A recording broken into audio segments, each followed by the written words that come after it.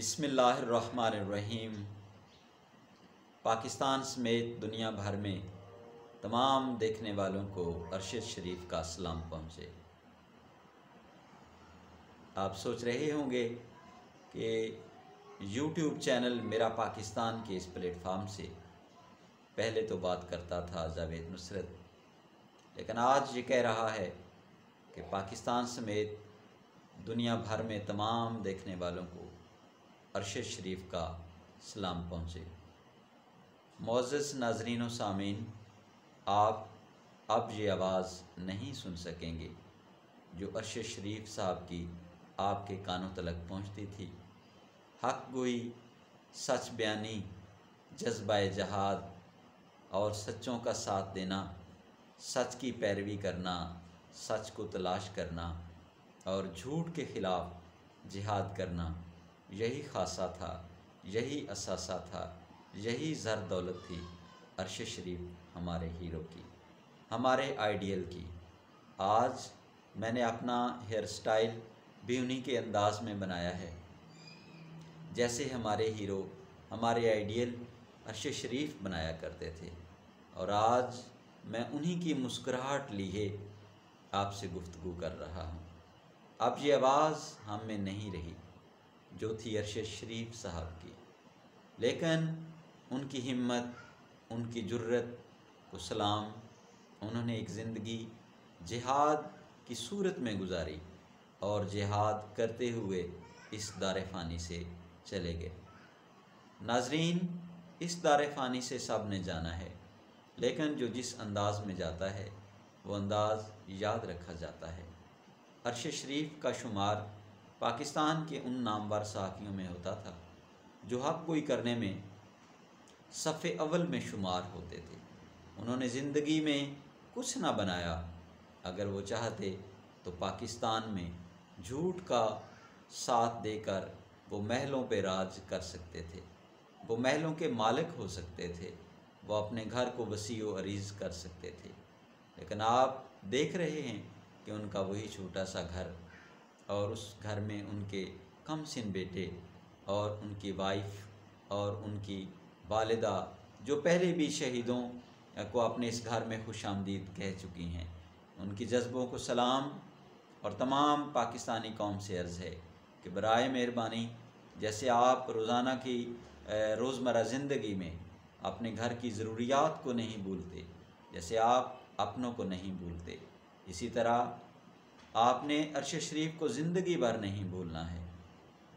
और आप और मैंने, हम सब ने मिलकर पाकिस्तान में जो वो क़ुव्वतें, बातिल क़ुव्वतें जो झूठ का सहारा लेती हैं, जो झूठे हैं और जो हक़ के ख़िलाफ़ हैं, जो बातिल के ख़िलाफ़ हैं, हमने उनका साथ नहीं देना और हमने हमेशा अरशद शरीफ को अपने साथ पाना है, अपने साथ रखना है।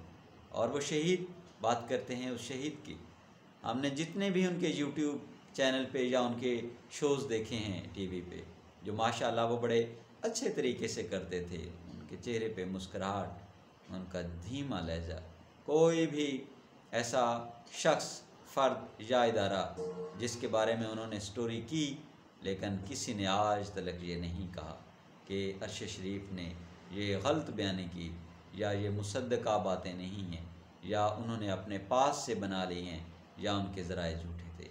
ये हक़ और सच का साथ होने की दलील है। और अल्लाह वादा व शरीक भी फरमाते हैं कुरान पाक में, वकूनु मअ सादिकीन, और सच्चों के साथ हो जाएं। अरशद शरीफ सच्चे थे, वो जिहाद कर रहे थे, वो पाकिस्तान का जिहाद कर रहे थे, वो हमारे लिए लड़ रहे थे। आज हमने ये तहिया करना है कि ज़िंदगी ख़त्म होनी है और इसने आखिर ख़त्म होना ही है।